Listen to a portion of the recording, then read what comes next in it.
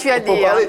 Pour parler du top 3. Et nous avons justement l'info de ce ressortissant ivoirien présent à Porto Rico qui souhaite tout simplement garder l'anonymat. Il dit ceci en substance: la volonté était manifeste de vouloir écarter Olivia. Alors que les 12 Miss ont été appelées sans Olivia, le public qui était acquis à la cause de Miss Côte d'Ivoire s'est mis à crier. Les présentateurs ont même été hués.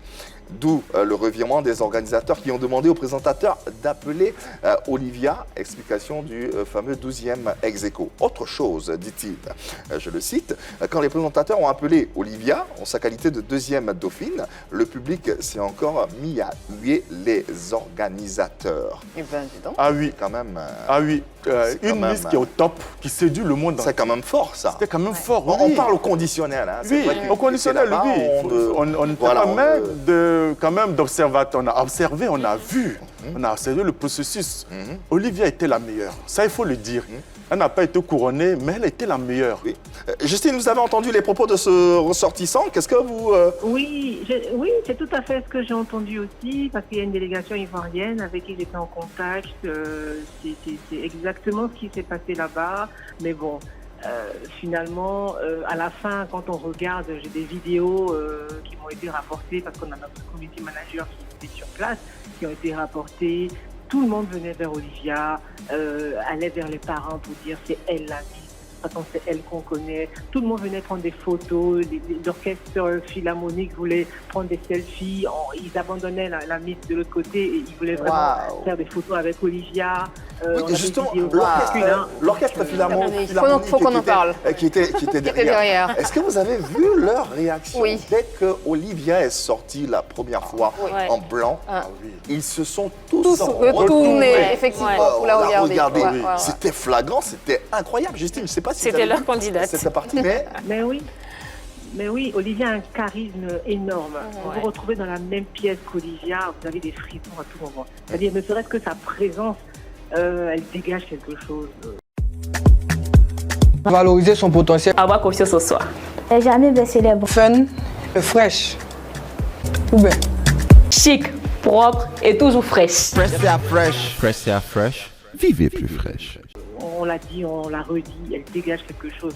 Elle ne passe pas inaperçue. Dès qu'elle vient, surtout qu'on l'a attendue les 2 premiers passages, et ensuite elle arrive avec sa tenue, avec sa coiffe un peu en Vierge Marie. Quand elle arrive comme ça, tout le monde la regarde.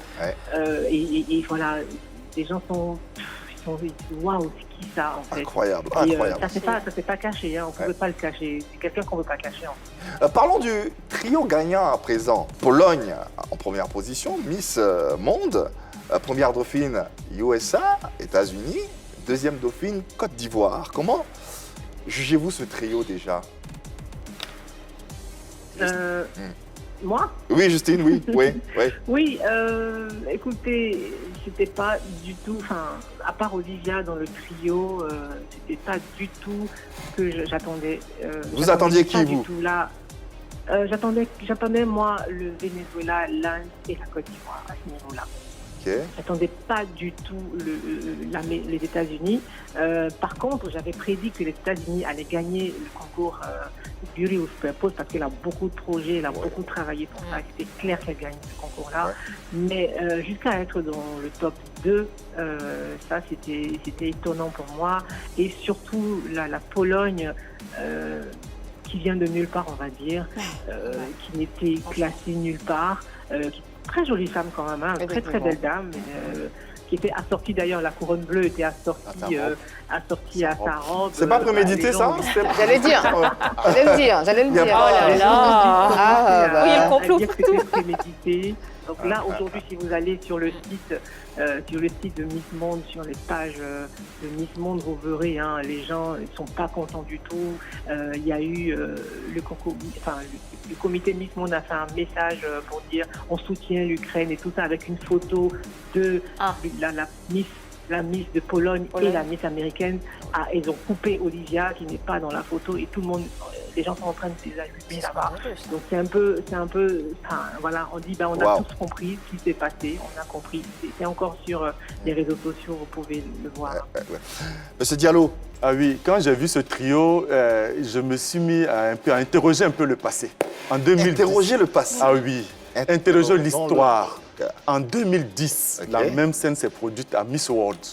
Laquelle? Miss États-Unis, Andrea Mels, une blonde pareille comme celle de Pologne, qui n'était pas du tout favorite, elle couronnait Miss Monde à la surprise générale. Or, la grande favorite, c'était la Norvège. D'accord. Si vous voyez les photos, vous voyez que 2010, c'est un peu la réplique de 2021. Qu'est-ce que vous voulez dire? C'est quoi le... Je vais dire que souvent, les couronnes qu'on offre ont une saveur souvent socio-politique, économique et géopolitique. Mais nous étions en 2010, il y avait quel événement politique à cette époque-là? En 2010, il y avait un prisonnier, je crois, chinois, et la Norvège a pris position par rapport à ce prisonnier. Effectivement.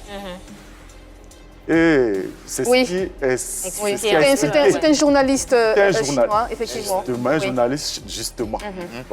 Voilà, donc c'est l'explication que je donne. Maintenant, pour Miss USA, je ne l'attendais pas du tout. Elle, peut-être que c'est géopolitique, je me dis qu'elle est d'origine indienne. Oui. Oui. Introduire Miss USA, première dauphine. Miss USA, c'est aussi Porto Rico, hein? Ouais. Ils sont pas très loin. USA, non, c'est aussi Porto Rico. On ne veut pas rentrer dans tous les détails, mais Porto Rico, c'est un peu USA. Et puis, en mettant Miss USA, c'est rassembler en même temps l'Amérique et l'Asie.